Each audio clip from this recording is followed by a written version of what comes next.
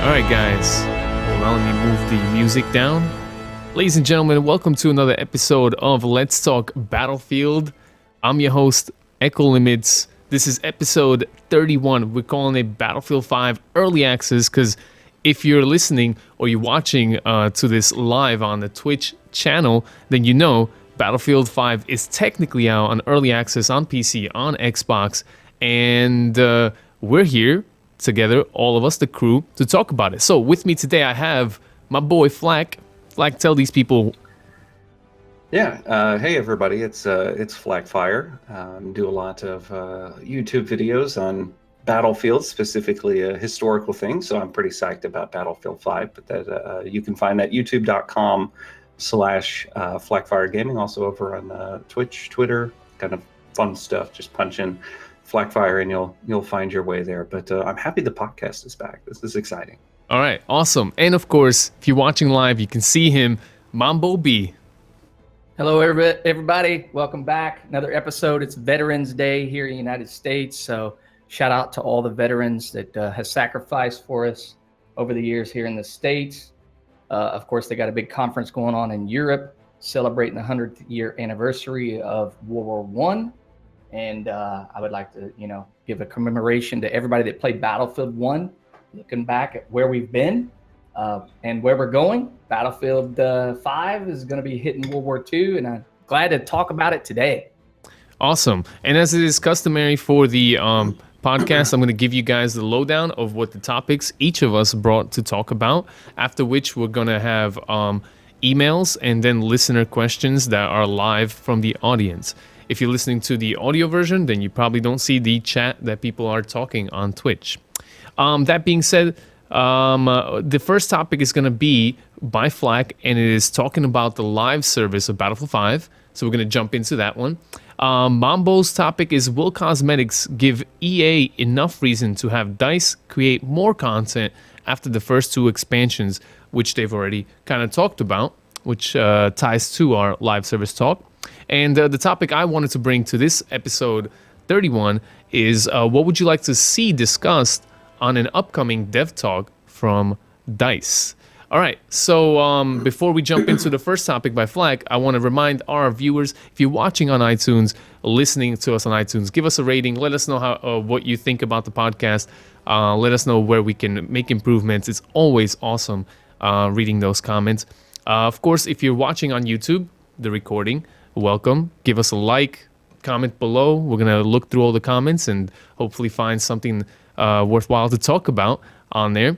And what else can I say?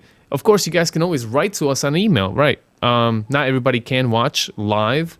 And if you're listening to it at home, all you need to do is type into your email browser, whatever you use, the Let's Talk Podcast at gmail.com. And we'll get to those. Unfortunately, I don't think we have an email this episode. So, yeah, don't be shy. Write in. Let's talk more Battlefield because Battlefield 5 is just launching and there's so much to talk about. So, I'm going to transition us directly into the first topic. Flak, take it away. Okay, so this topic here, probably seems like it's a little bit ahead of the curve, partially because it's like, well, technically, Battlefield 5 hasn't been released yet, right? But if you have Origin Access Premier, you can play it on PC, and if you have EA Access on Xbox, you can play it for the 10-hour trial. I have already used up my 10-hour trial, and I'm now playing it on PC at the moment. But it's one of those things where, we at this point know exactly what Battlefield 5 entails, right? We know the war stories, we know the maps, we know the vehicles, we know the weapons, right? So already we kind of want to look a little bit towards the future and towards what's coming in Tides of War. And of course, Battlefield has tried to communicate a little bit of that. And I had the opportunity when I was in Sweden for the launch event to sit down and talk with Daniel Berlin, who I believe is he's a producer, right? One of the producers on Battlefield 5. And I specifically asked about the live service, and he gave me a a few bits of cool information, right? So one of them was that the Americans and Russians are coming to Battlefield 5, so that will happen further down the road for the roadmap there for Tides of War, right? So we talked about that. You know, he mentioned a couple of key weapons are going to be there, like the M1 Garand, which is pretty important to a lot of people. Okay. I've learned from I didn't even hear reading YouTube comments. So that's been confirmed. There are a couple other things I'll do a video on it when I actually get around to editing the audio. But the point was, right, throughout all this, because we've seen you know, what EA can do with a live service, you know, in the form of Star Wars Battlefront 2. And I think that's causing a lot of concern for kind of the longevity and future of Battlefield 5. And, you know, I asked Daniel about this, and I said, you know, what would you say to somebody who, you know, has those concerns? And his response was interesting. He said specifically, trust us, you know, let us, you know, show you that we can do this seriously and do it right. And that was a very interesting take on it. I kind of wanted to gauge your guys' opinion on what you think they can do with a live service, and, you know, do you trust them? And if not, what is it going to take to make that happen? I mean, that's pretty interesting that you say that, because if I recall correctly, the first time I saw EA do some sort of live service was with Titanfall, right? But EA did not develop Titanfall at the time, because Respawn, right? Yes. They did not own the studio. They just published the game. How did that turn out? Did any of you guys play Titanfall's post content, or anyone in the chat? It was maybe actually done pretty well. It was one of those things that I have a special place in my heart for Titanfall, because it is just a gem of a game, or specifically Titanfall 2. Great. Great game, but it just got buried under all the other games. But its live service was done pretty well, and I think even with Star Wars Battlefront 2, you know, now they have a little bit more time to dig into it, so we're seeing it a little bit more. But there's the big controversy around the progression and loot box issue with Battlefront 2 that I think definitely caused some problems. But on the plus side, we don't have that really with Battlefield 5. It's getting good reviews across the board there from critics and people who are playing it. So hopefully that will translate into sales and robust stuff down the road. Yeah, so I just wanted to like point that out, to just think about the comparisons in there, you know, because we all know what happened with Star Wars Battlefront 2. They had a rough launch because of the way the game was set up, and people just weren't keen on some of the changes that DICE and EA introduced. So that kind of, I think, affected, you know, the amount of content that was going to be delivered. Because if you remember, like, the game came out, and then it had some content. It had like just like Battlefield 5, it actually had a story mission. And I played through that story mission. I thought it was good, you know? So there was content already planned. And eventually, you know, I didn't keep up with the game, so I don't know how much content trickled out over the span of its, I think, 1 year by now, right?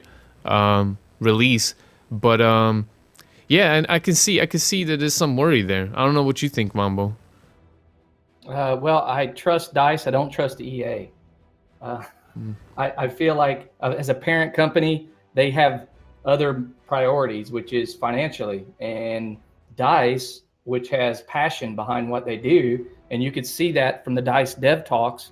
They go out into the field and strap a rocket onto a freaking snowmobile going down a straight strip. I mean, the guy had to be freezing his legs off or any other things off. That's passion for your game. Like, let's put microphones all down a mile runway and put a guy on a rocket. That's insane to think about the energy that goes behind to be able to produce a good game in the conditions and the environments that were present for them to make those things happen. It's not like they live here in sunny Florida where I'm at, where they have the environment doesn't stop us almost every day of the year. But up there, they got to fight the environment. They got to fight the elements.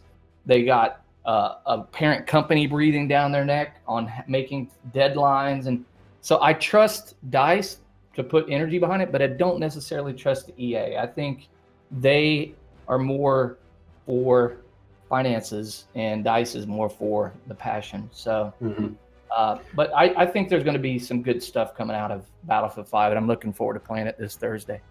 I think it's something to be said here too, because also in the same conversation with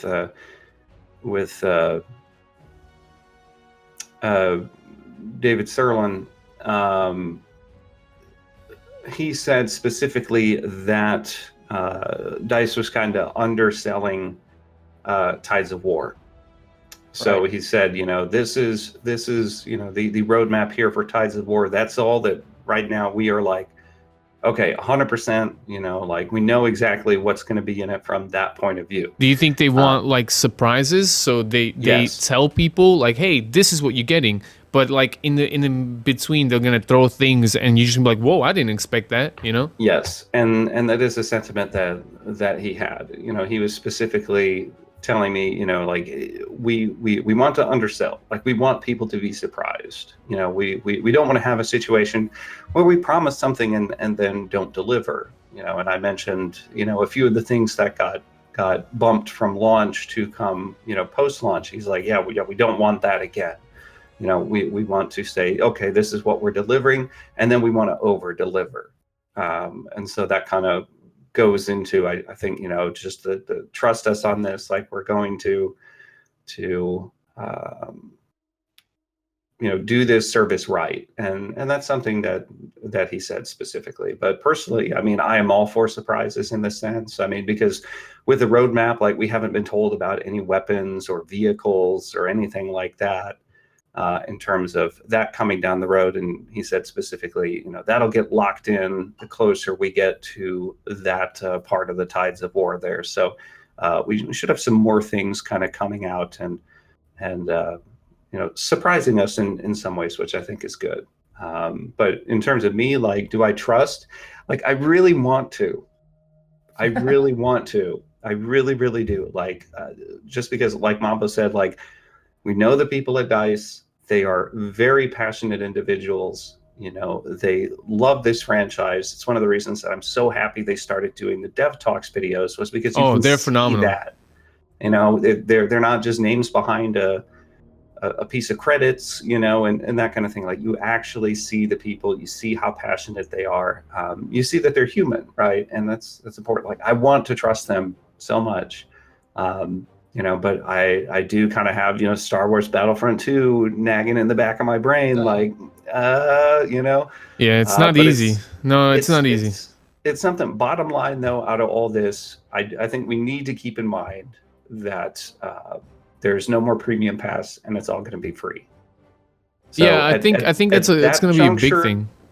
At that juncture, I'm prepared to say, okay, I trust you, because as it stands, $60 that I spent on the game, I'm getting that out of the core game. So whatever is next is gravy. So I'll trust. I just don't want to have like high expectations and then have them, kind of undershoot them there. So that's where I'm at. I think the general player is going to not trust it because there is no precedent that's trustworthy. You know what I mean?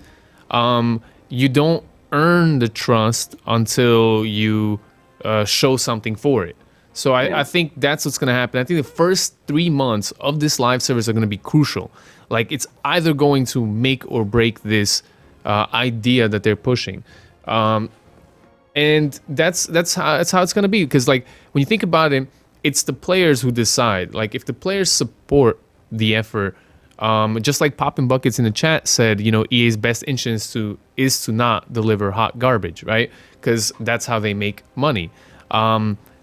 You need to keep the player base. Now, if the player base positively responds to this idea and they become more trusting over time, then this is something that they can sustain.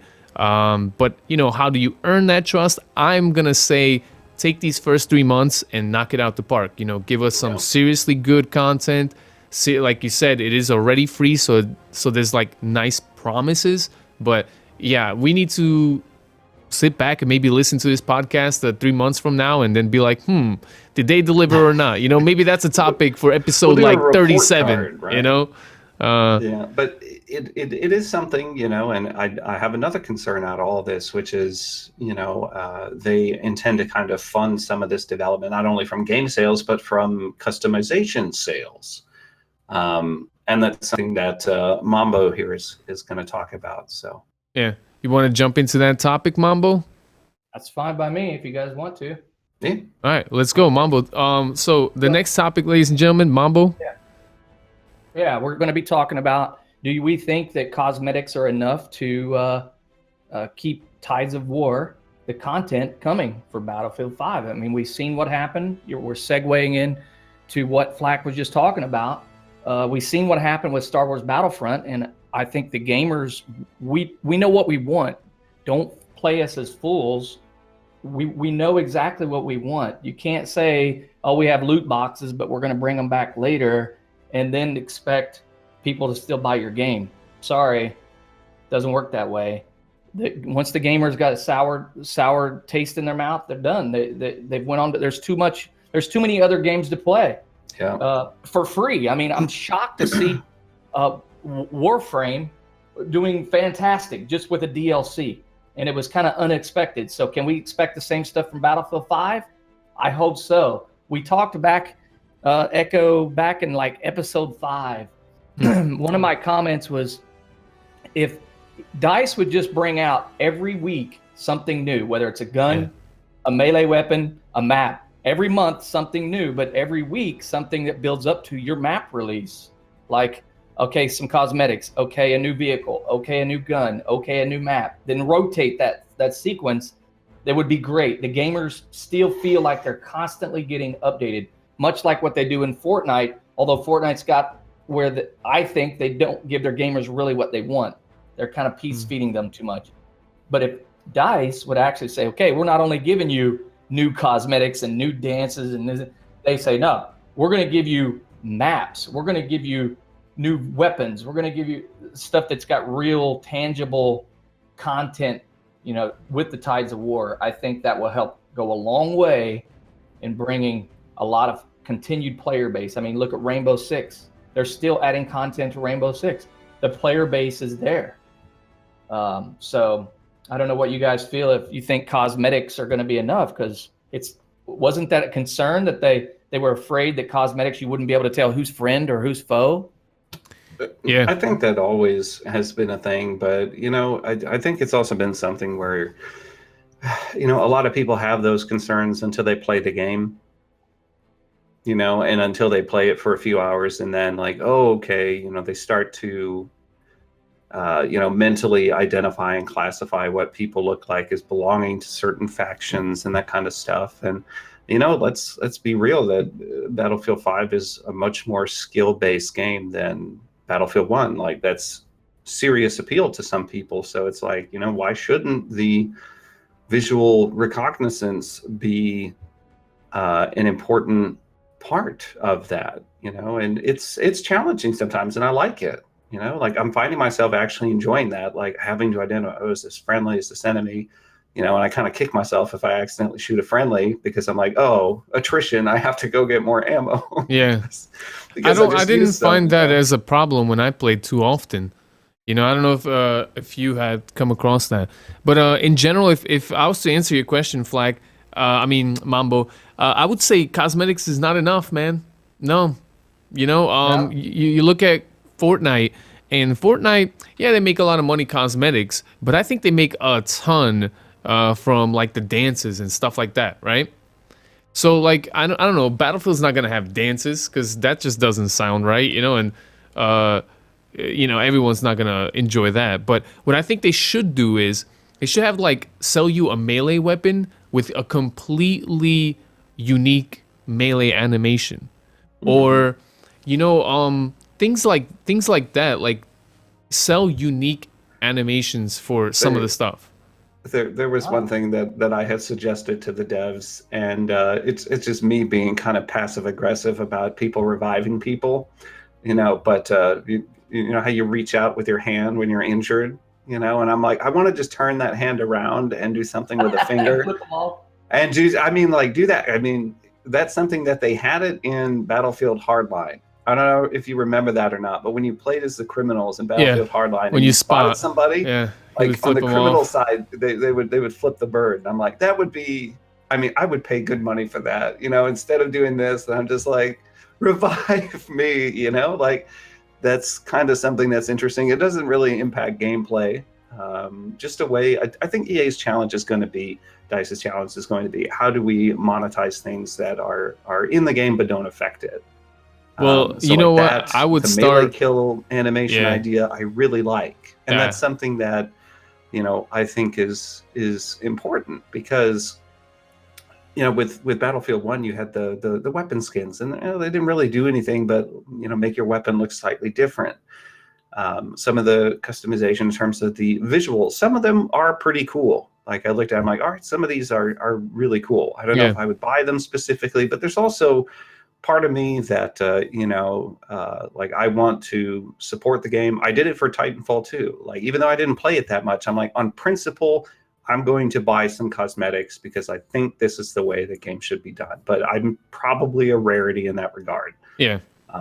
But no. When I think about like the things is like, why is Fortnite successful with cosmetics and microtransactions is because you can see them. You know what I mean? Like Fortnite is a third-person shooter, so you look at your character. That's the first thing you see, front and center almost. It's a little to the side. You know what I mean? But you watch what your money just purchased. I just watched Mambo streaming H1Z1. Same thing. You had some sort of zany bubble thing going on the back, and I was just like, okay, well, this might be a purchasable. But with Battlefield 5, first-person shooter, you make a purchase, you have a cool hat on, you don't even see it. You know what I mean?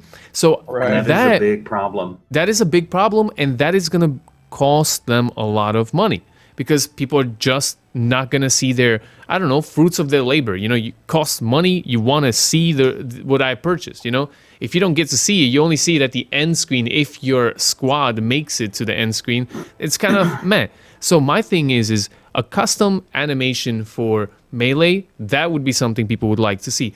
Custom animations for reloads of their favorite gun, that's what people want to see, Yes, gun skins they're going to enjoy, but like I don't know, I think we talked about before the podcast, just Battlefield 1 had gun skins, but a lot of them were just kind of meh, and you kind of earn them anyway, so it's not you don't feel the pressure to purchase one because it's like, oh snap, this one's really cool, They weren't really exclusive, right? You can always earn them for the most part.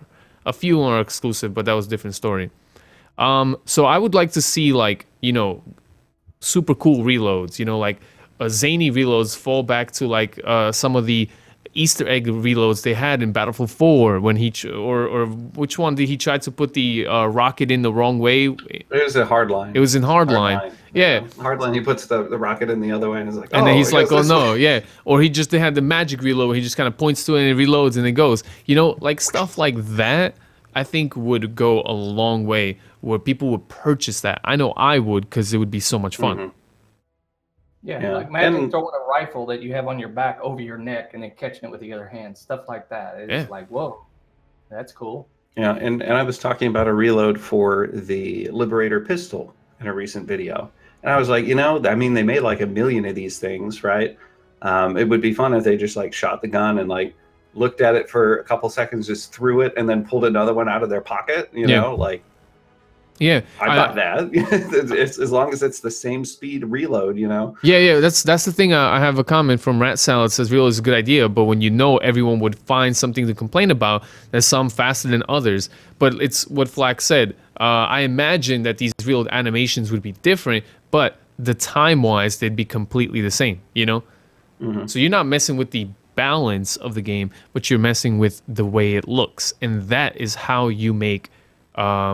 Really interesting microtransactions, no balance issues. That's where they went into problems with Star Wars Battlefront, right? Because it was messing with the balance of the game.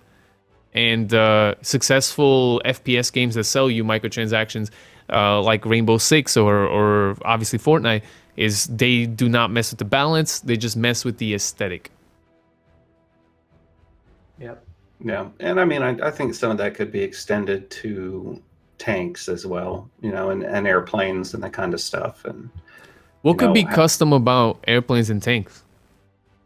All the skins. I mean, the skins and the other things. I actually I pushed really hard to get it so that we could name our tanks. Oh so yeah, that's cool. Have a name on the Put side. your name on the side of your plane. Didn't they used to take like stencils and Yep. spray on the plane?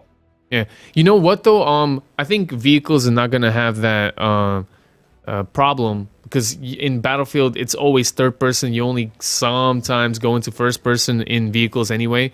So if you do end up having like the first trailer, you remember the first trailer had the horse head and stuff like that attached to the tank. I imagine they're going to be able to do that eventually. We haven't seen any customization for vehicles yet, so that's not in the game yet. It says coming soon or something like that. But yeah, they might not have a problem with that. I see Nim said something about the sound of vehicles. Maybe sounds can be customizable. Well, it could be interesting. Yeah. What if your character cuts a big, fart out on the battlefield? Oh, excuse me, sorry. I unlocked the ability to cut a fart. Yeah. Press a button. Well, that would be a good command. humiliation thing, after like when you're teabagging. You just Oh, that is the worst. Teabag and oh no. Please don't. See, a Quantum Gamer in the chat is like, I would name my planes the Boimber. It's like anything with Boings in it. Like that is customization I would buy. I would purchase that with my Boings. Yeah. So that's interesting though. I do think that there's a lot of potential, you know what I mean, with microtransactions. If you do it right, if you make it fun, make it exciting, people will purchase. If you make it unbalanced, unfair, and just way over the top, that would be a hard one because we've already seen it. The Battlefield community is not ready for, I don't know, clown masks.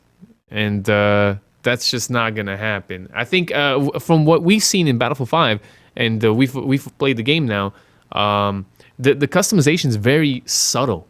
Mm-hmm.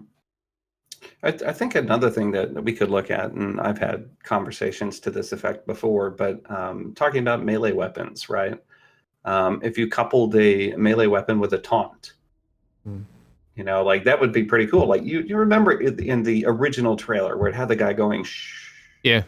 Like that would be a cool thing, right? Or I suggested one time that if your character is female and they equip a melee weapon or whatever, and they go in for the thing, it should be like, how's that for historical accuracy, or something like that. Like it'd be like, okay, you know what? Yeah, that would be really like own it. You know what I mean? Yeah, no, I mean, that's what I'm saying. Like it'd be one of those things of like, have them be silly, have them be over the top, have them be something that it's like the person who gets killed can hear it, but you can hear it as well. You know what? And Dice has done that in the past. Like if you guys remember Battlefield 4 when you had a knife with a bipod.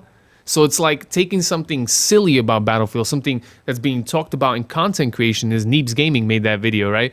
But but the joke was you could put a bipod on everything in Battlefield 4. So they were like, why don't we put a bipod on my knife, And they did it, So Dice listens to these kind of things, and if like Flak said, how's that for historical accuracy, dude? That would be hilarious. One of the things that you talked about in a couple podcasts ago, Echo, was the social space. Yeah. And we haven't seen anything from social space from Dice for Tides of War or anything. Imagine having your platoons that are coming. I know there is some platoon talks coming with Battlefield 5. Platoon barracks being totally decked out, kind of like a GTA 5. Come look at my hideout. It's decked out with all these things. I guarantee you, if you give me a barrack to pimp out, I'm gonna take pride in pimping out my barrack. Somebody's gonna come look at my stuff. Like, look at my bed. Look at my medals on the wall. You could show all the medals you get from your games. The dog tags are hanging on the wall. You know what I mean? Of all the tags you took, or something like that. The tag idea you once had is also really cool. But like that's one of those things. Is there's another place that Dice and EA could let people showcase their purchases. You know what I mean? And Right. that's what's going to drive the sales. I still wonder, why isn't there a way to inspect your gun in the game? Like most FPS games that have customization, you can press a button or you go idle for like a minute, and your guy's like looking at his gun and going like this, you know, so you can see, I don't know, some customization. They have And it in Red Dead Redemption 2. The They ability do? to look at your gun, flip it over. It's really nice. Mm. why is that not in the game? You know, Right. Dice, please. Uh, Well, But- all right. I just feel like, I don't know if customization is going to be enough to support us to have enough reason to give them to make a lot more content. But I think I kind of agree with what Flakfire is saying. Just trust them. They don't want to oversell. They'd rather undersell yeah. than to let people's hopes get shattered. You know what I mean? Right. And I think it's something too that if they listen to the community, I think they'll do a lot better than they would on their own. Because it's one of those things. It's like, let's look at Star Wars Battlefront 2, for example. Community has been begging for Clone Wars stuff for forever, and it's like Dice finally got around to delivering it, and it's actually generating a lot of discussion and interest among people who had maybe put the game down before, because it's like they feel like their wants are being Right. addressed. They just added General Grievous, right? Mhm. And General Grievous is that's there, pretty and- cool. I actually looked at a live stream just to see what that's like, and I don't even play the game. But you know what? I looked at a live stream just to see. Strange. Yeah. All right, you guys feel like we can wrap up the topic? Yeah.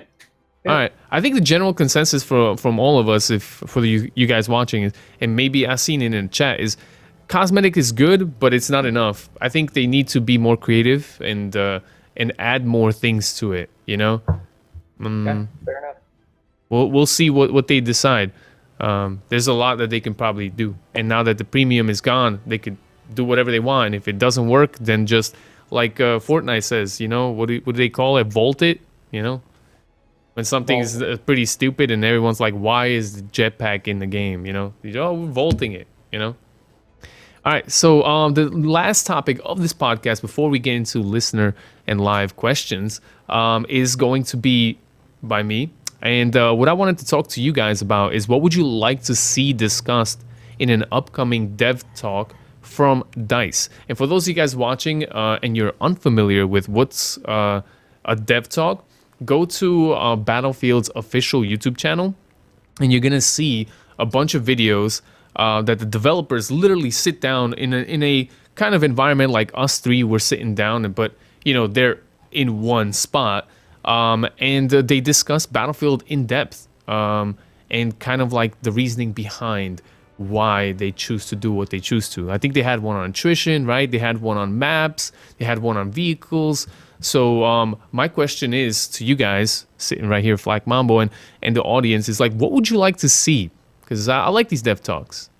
I think hands down for me, I would really like to see, and I'm biased on this quite a bit, but looking at the video where they went and they recorded all of the audio, it actually showed them going to places and the actual process of capturing audio. And DICE is very much known for their sound, right? And that's one of the highest rated dev talks that they have out there, and I think people really responded to that because they got to see like behind the curtain, like, oh, this is how they go and do it, or this is really neat how this gets translated to the sounds that we hear in the actual game.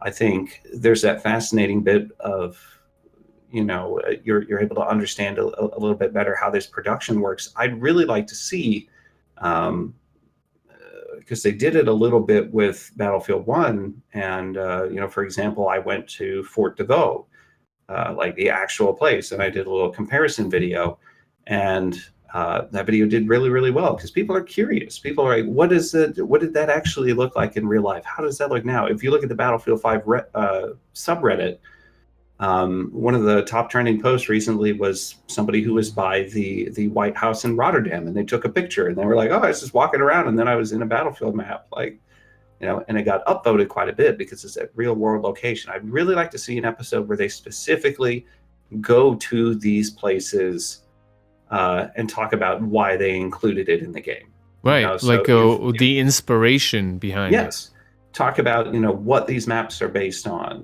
why they chose that particular map, like what the thoughts were. So going to actual Rotterdam would be pretty cool. Going to Eris and looking at that, going to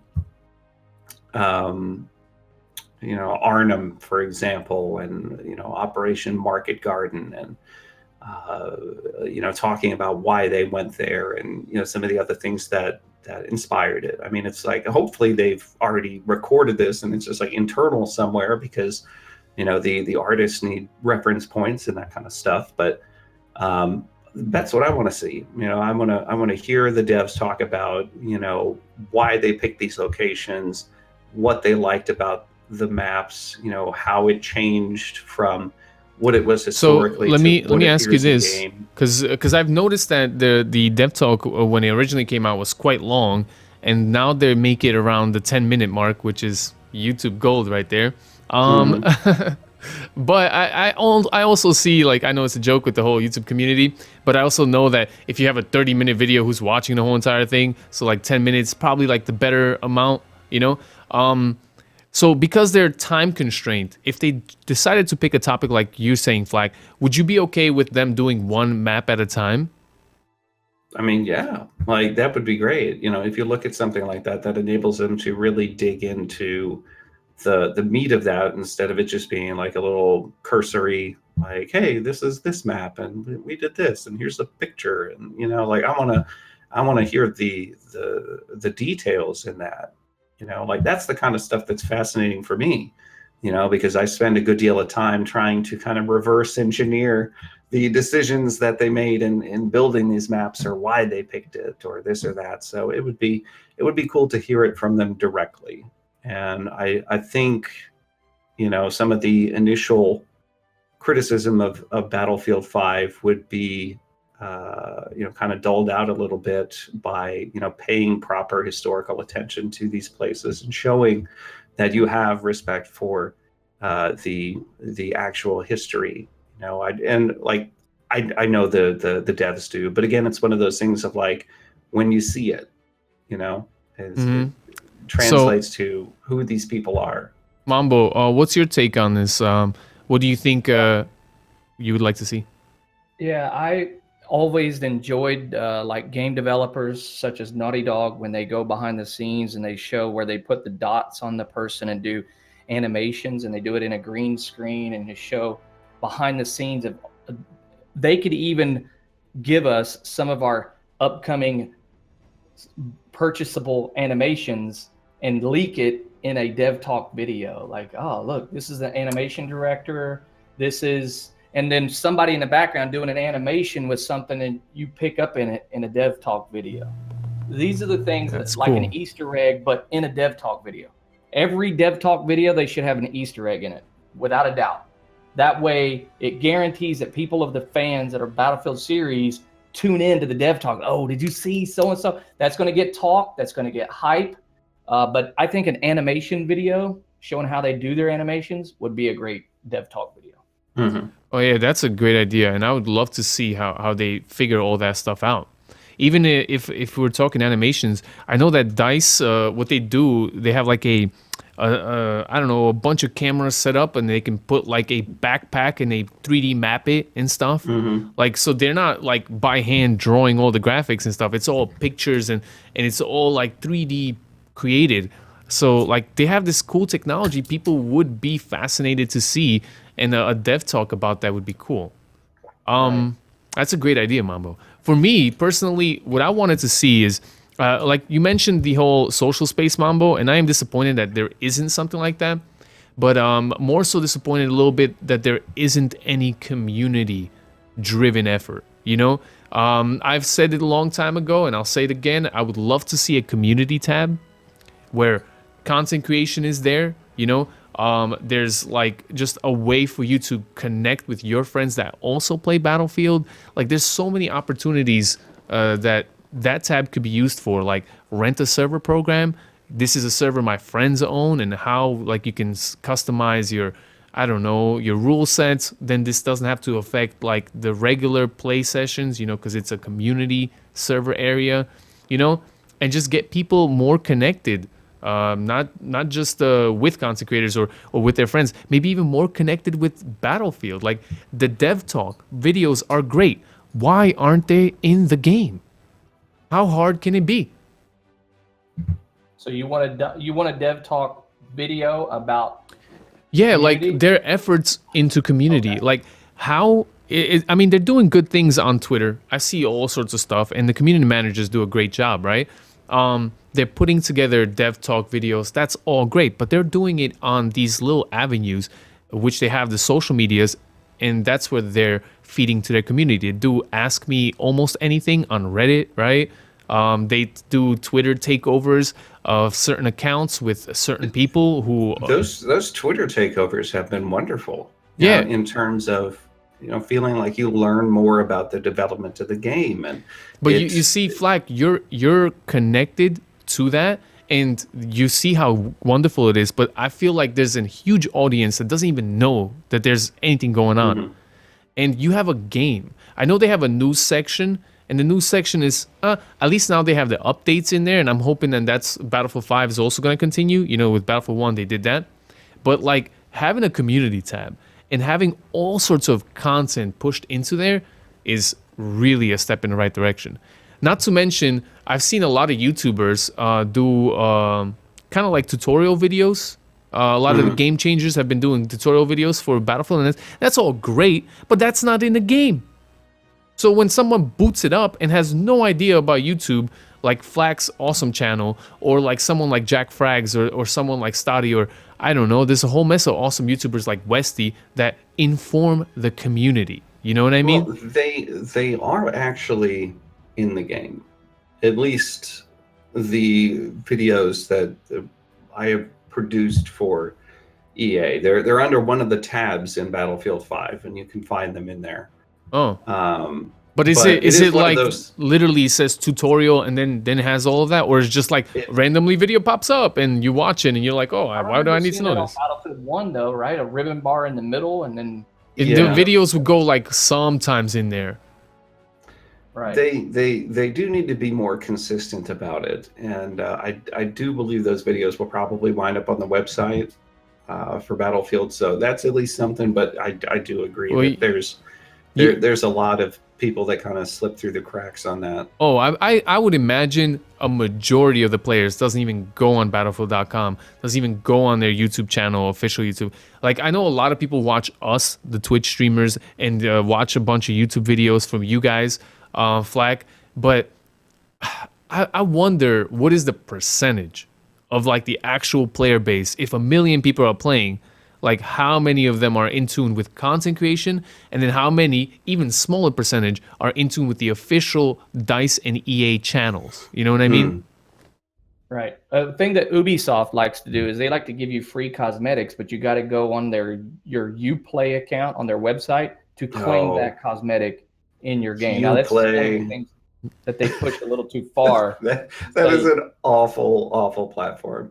It is an awful platform, but if they were to come up with something that's a little easier to be able to... Battlefield does have the email list that you can sign up for, and you do get a little reward in game. You get a little patch for that, but it'd be something that it's like, oh well, they could email out those videos. But right? You know how we tune out emails. Like that's one of the things people tune out anyway. I'm just throwing things at a dartboard here. So. But you know what? Like I think about like the example you said, Rainbow Six, and they do Twitch drops. And to promote like customization, they could do easily a Twitch drop to get people to watch their official Twitch live streams. You know what I mean?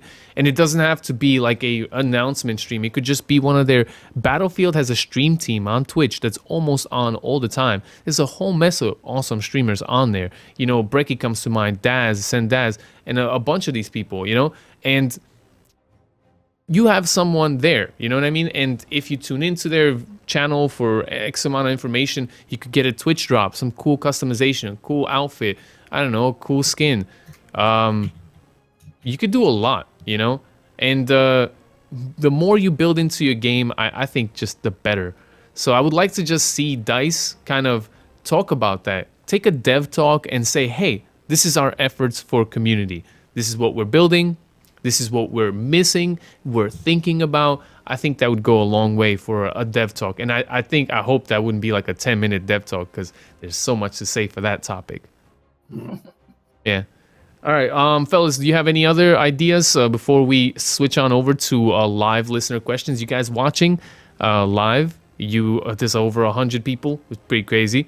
No gameplay here, just people talking. But if you have a question, think about it. You're gonna be able to at the crew or at any of our names here, and we'll do a lightning round of questions.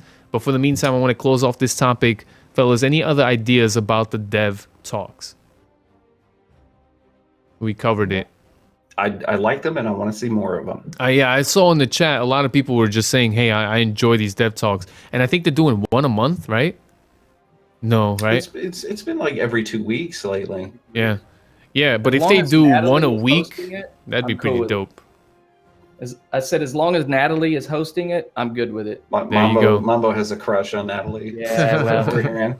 Well. That being said, we would love to see weekly ones. That would be really awesome. And like Flak said, like even if you do talk about every single map, that's already 8 weeks. It's not like they'd be like struggling for content, you know? Like we get up here and we do a podcast every 2 weeks now, and there's always something to talk about Battlefield wise. I don't know. I'm excited about the games and the franchise itself. I'm just a huge fan, you know? That being said, we're going to transition, right? So for the rest of the podcast, ladies and gentlemen, we're going to do live listener questions. As I said before, we did not receive an email, but if you're listening to it, you listen to the recording, you don't have a chance to talk to us live, we would love to hear from you. So the podcast email is theletstalkcast@gmail.com. You're welcome to send us anything, any feedback, any questions. I'll sift through them and we'll try to answer them on the next episode. If you're watching on YouTube, and comment away, and we'll try to incorporate as many of those kind of questions in there as well. All right, so off to the listener section of it, and I'm just looking at the chat. We have a question from Psych. It says, at crew, says, anyone thinks SMGs aren't as good as in BF1? Yes, 100%. That was one of my biggest gripes. Like I was a pain to talk to. I'm sure those 2 days that I was at the launch event, because I did literally nothing but gripe about SMGs. It's something that I think the medic class needs to have another option, something out there that gives it some flexibility. But it is something that SMGs, in my opinion, do not feel as good as they should in the game. I think that, in my experience, it's been every time I went toe-to-toe against an assault rifle like the VG-15, right? Like, I lost every time at very close range. And I'm like, the SMG should win that battle. They should win that battle. I think it's on purpose to balance medics. But I agree with you that medics have just been nerfed into the ground, though. I mean, because it's like anybody can revive anybody in their squad. Yeah, but infinite health is pretty OP. You know what? Yeah, I would rather see? Bump up the effectiveness of the guns. I like the shorter time to kill, but put like maybe a time delay on how many times you can just bring up your infinite pouch to heal yourself. Because a medic could take like 30 damage, boop, heal.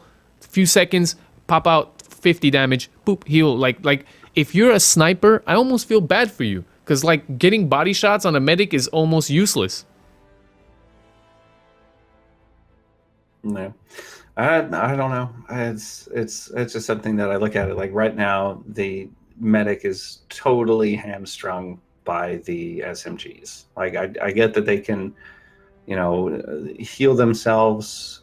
I'm sure very many people who play as the medic aren't aware that that can actually be done.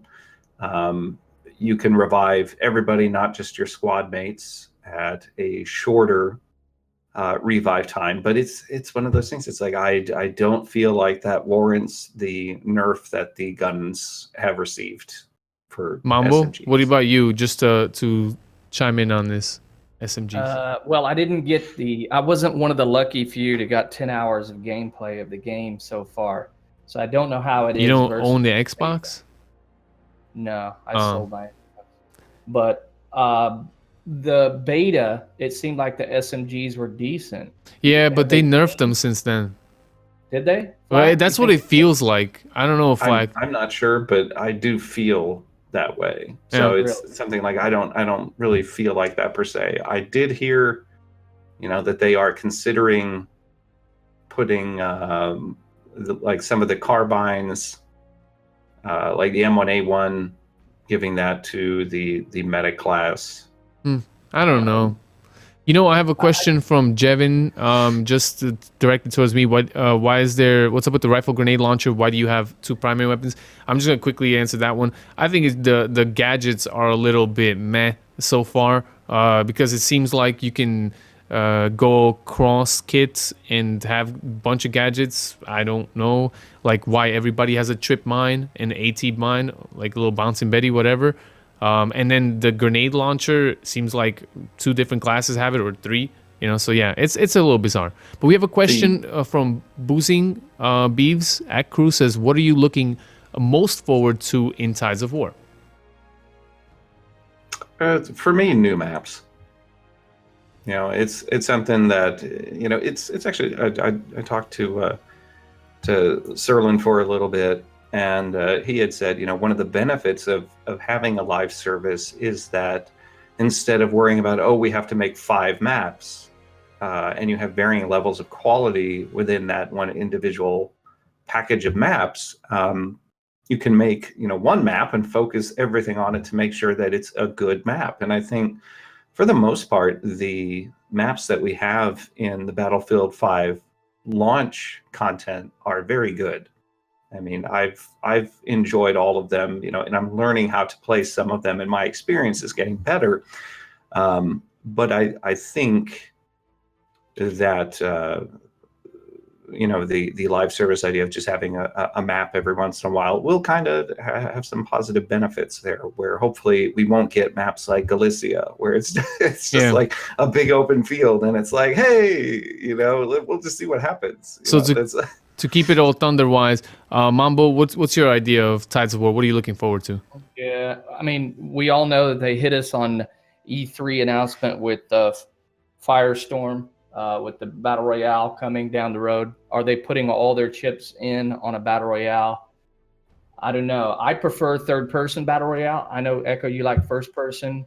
A lot of streamers, content creators, when they played, say, PUBG, they would be playing in third person, and then they switched over to first person. So I prefer the third person aspect of it.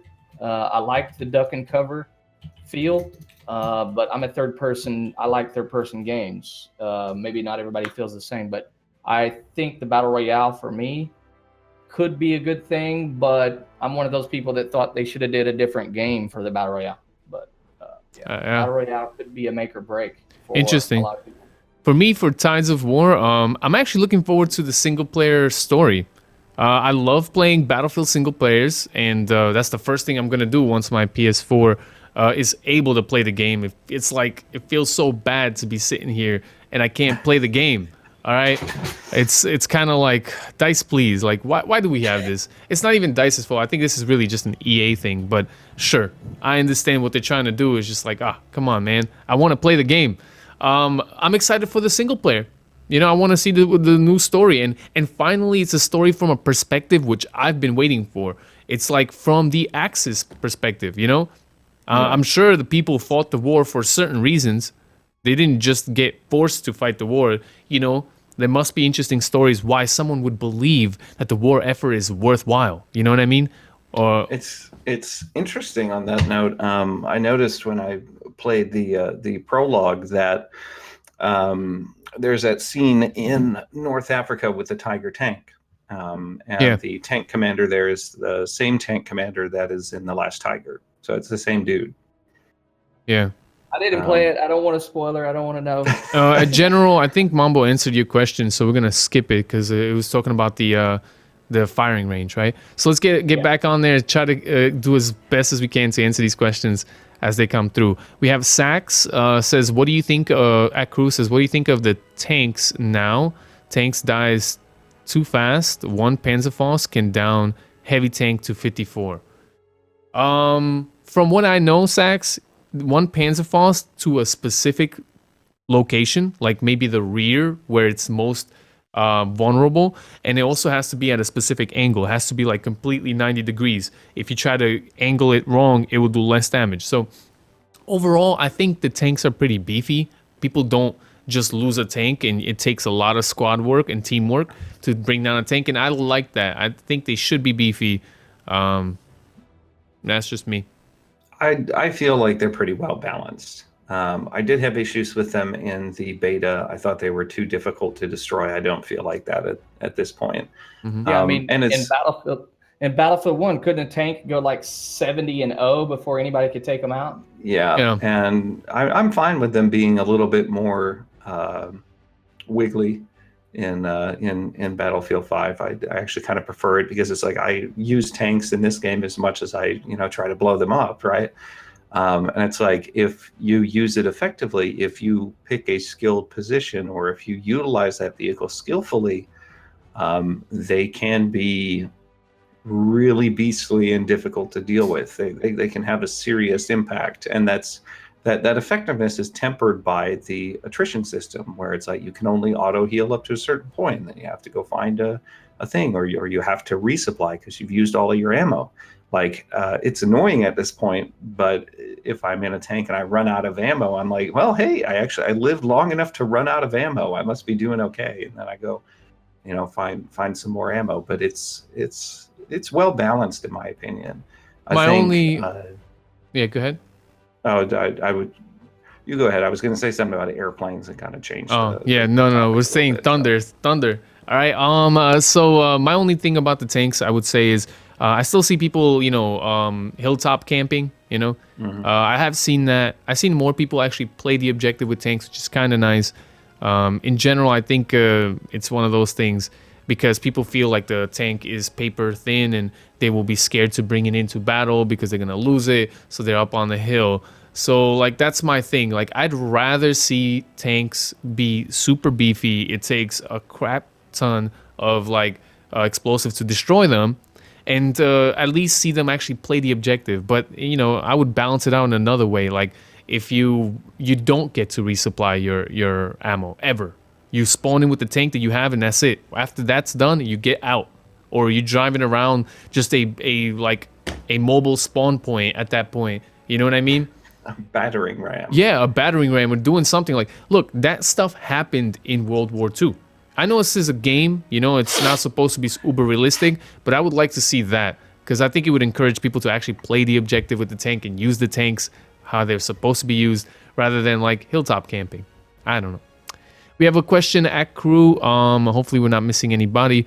This one is from General Omega 12. Says, actually, my question was, what if they added the ability to change the scenery of the test range? Oops, I'm sorry, I did not see that. Change the scenery. Does that mean, just map wise? Huh? Like they're able to put wallpaper up in the background or something? I don't know about that. I think he means like night or day, maybe, or just literally like cycling between like Eris and snow and that kind of visual thing. I think that's a neat idea, but I'd rather them spend time working on other things. Yeah, like what is that going to accomplish though? You know what I mean? Like you have a shooting range and its purpose is for people to practice and get better, right? And use the guns and get familiar with them. Now, what does it accomplish when you change scenery? Is like Flak said, is the effort worthwhile? Right. Is that going to be shared in a social space where other people can see your shooting range? I don't know. That was cool about World War II, Call of Duty. I mean, that social space is awesome. You can do 1v1s, you can play, you can shoot the targets with each other, and there's like other stuff you can do. I mean, it's just like cool, like that's something Battlefield's missing, and I would like to see. Yeah. But as far as the shooting range, in general, I think they should have just had a tutorial. Like, why are we still here? Why is this still happening? Like, a game launches and no tutorial. Like, no one tells you how to play medic. No one tells you how to play sniper. You just play it, and I don't know. We've been here over and over. Like, what is up with these people? Yes. Psych has a question, Echo. He says, at crew, anyone think the spawn beacons should be louder? I don't know if you guys remember Battlefield 4 with the beep. The beep of the spawn beacon. Should it be louder like they were in Battlefield 4? I mean, I was standing right next to one basically in Battlefield 5, and I didn't hear it. I saw it before I heard it. Yeah, I've had an issue with that too.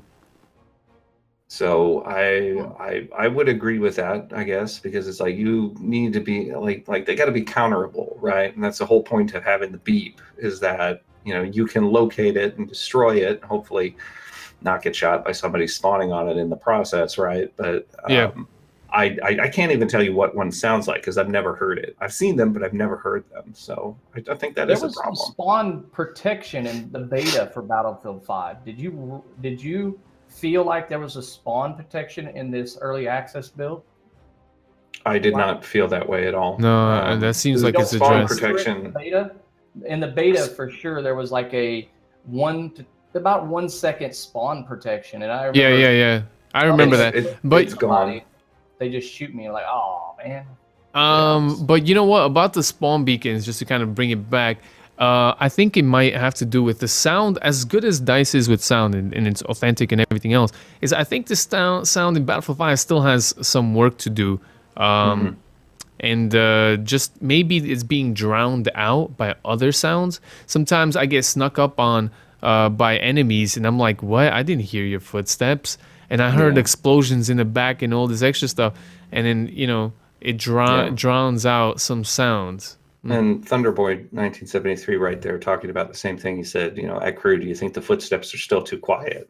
It's something that I want to say the footsteps in Battlefield 1 were a little too loud. Like they were very arcadey. Yeah. Like I used those things so much. Like I could play that game blindfolded. Like that's how loud those footsteps were. Yeah. So I think reducing the emphasis on them in Battlefield 5 is good, but could they be maybe a smidge louder? Yeah, I think so. Flak, you and Echo have played the early access build. Was there a large patch, a day one patch with the access build, or is this coming? That will be coming. So what you're... Because I did see that Patrick Sutherland or somebody wrote that there's like a 16 pages of updates that they're dropping on the day one patch. Maybe this is some of the issues that we're having, footsteps, spawn beacon, being able to hear them. I'm sure it is. I have not looked through. I have not looked through the 163 pages. Of you've only looked through like 150 since you're yawning.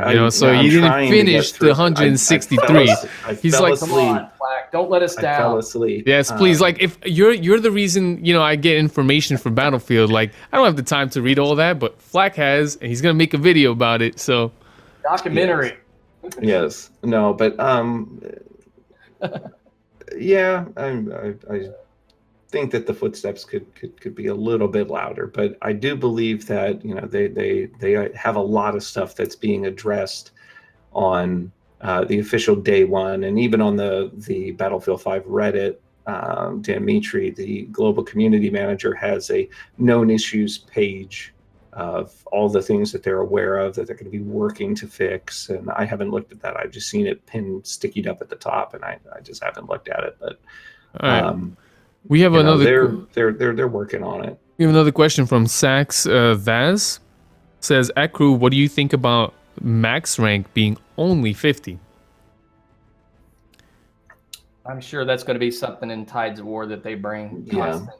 And that's pretty easy. It'll be like, I think every couple weeks they'll raise that limit and you can just keep going up. And personally, that's never appealed to me, but I understand how some people are about that. You know what? That doesn't appeal to me either anymore. Like, what I think they should do instead is let you level up to 50, and then with new tides of war or seasons or something, let you level up to 50 again. You know what I mean?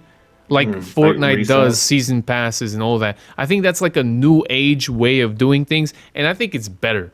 Because it's very silly that you level up to 50 and then they open up the floodgates and you can level up to 60 and they open up the floodgates, and it's just weird. Because when you think about it this way, I know that when someone purchases a game 6 months down the line, they join a server, they're level 1, and they see a bunch of level 110s, and they're just like, oh, God, But if you have this system where with each season you're re-ranking up,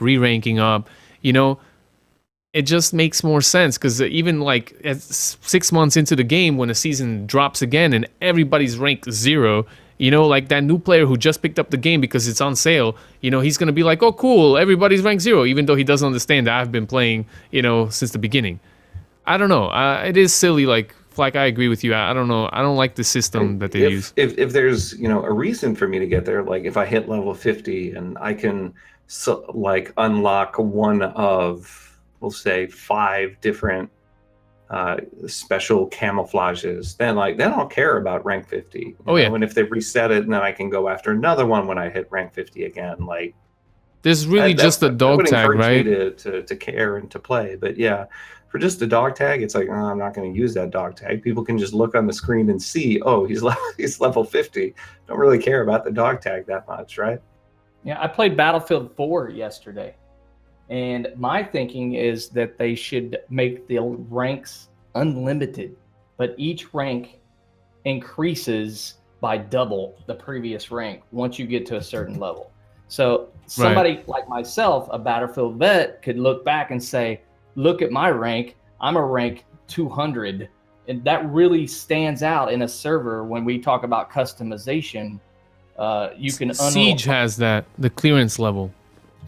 Yeah, it's like, wow, look at this guy. He really is dedicated to this game. So, and they could use that for, to know who to market to ask questions, not just the game changers. Like, look, this person is a rank 200. He's not part of the game changer program. Maybe he should be. You know what I mean? Yeah. Yeah. Like, get to this rank and become a game changer. Eligible to be a game changer. I don't know. Wow, that would be so cool. Like, I mean, it's already incredible how they're bringing people into the game changing thing, and it does to an effect work. Obviously, some game changers are bigger than others, so they have better access to talk to DICE. But in general, I mean, like, it's feedback that they're listening to. At the end of the day, like, even as I am a game changer, I know I've said certain things during feedback sessions or just like, on questionnaires or whatever that they asked me, like, hey, what do you think? Not all of it gets implemented, and it's just like kind of like, oh yeah, sure. They decide what they put in. I know it's kind of weird that they call the whole thing game changers when it should be just game suggesters. Yeah. It's like, hey, what? Like Flak said, hey, why don't you put names on the tanks, and they could be like, all right, whatever, Flak. Because I mean, you didn't change the game. If we do Flak. that, there's just going to be bad words on all the tanks, right? Like, I get it, but yeah. That was a suggestion, Yeah, so it's interesting. I don't know. Fellas, I think we can wrap this one up. We've answered quite a few of your questions, you guys listening at home. Hopefully you enjoyed the podcast. Battlefield 5 will be out this Thursday, the 15th, right? That's for Deluxe Edition. And I know I have the Deluxe Edition. You guys have the Deluxe? Yes. Yes? All right. Like, hold on. Let me get my map that has my chart for all the different release dates for the different. It's confusing. Yeah. They definitely need to rework how they do that. It's just confusing. But 15th, we're gonna get to play the deluxe edition. So, after that, the 20th is the major launch, and that would be like around 2 weeks in time. So we will have the next episode with hopefully everyone's perspective, and everyone would have had enough time to play Battlefield 5 at that point. So that'll be exciting. So yeah, let's do some sign-offs, gentlemen. When these guys aren't watching live on my Twitch channel, where can they find you, Flak? Oh, I'm sorry. I'm just so tired from reading 150 pages of patch notes. You guys can find me on YouTube at youtube.com/Flakfire Gaming. Also, twitch.tv/Flakfire, and Twitter. I do have Facebook and Instagram, but Twitter is where the memes are. So that's at Flakfire Gaming on Twitter. The memes are great, though. Mambo, where can they find you? Yeah, guys, when you're not tuning into the podcast or watching Echo Limits stream live, you could stop by my channel on Twitch, Mambo_B, or you could always tweet at me, Mambo_BEE. All right, awesome. And I was your host, Echo Limits, spelled with a K, EKOLIMITS. Find me on twitch.tv. And you can find the recordings of this podcast there as well. And obviously my YouTube, my Twitter, everything, even Facebook, you can find me by searching Echo Limits and follow me there. That being said, we'll see you guys in 2 weeks' time. Thank you so much for watching episode 31, Battlefield 5 Early Access. And we'll hope to see you guys next time.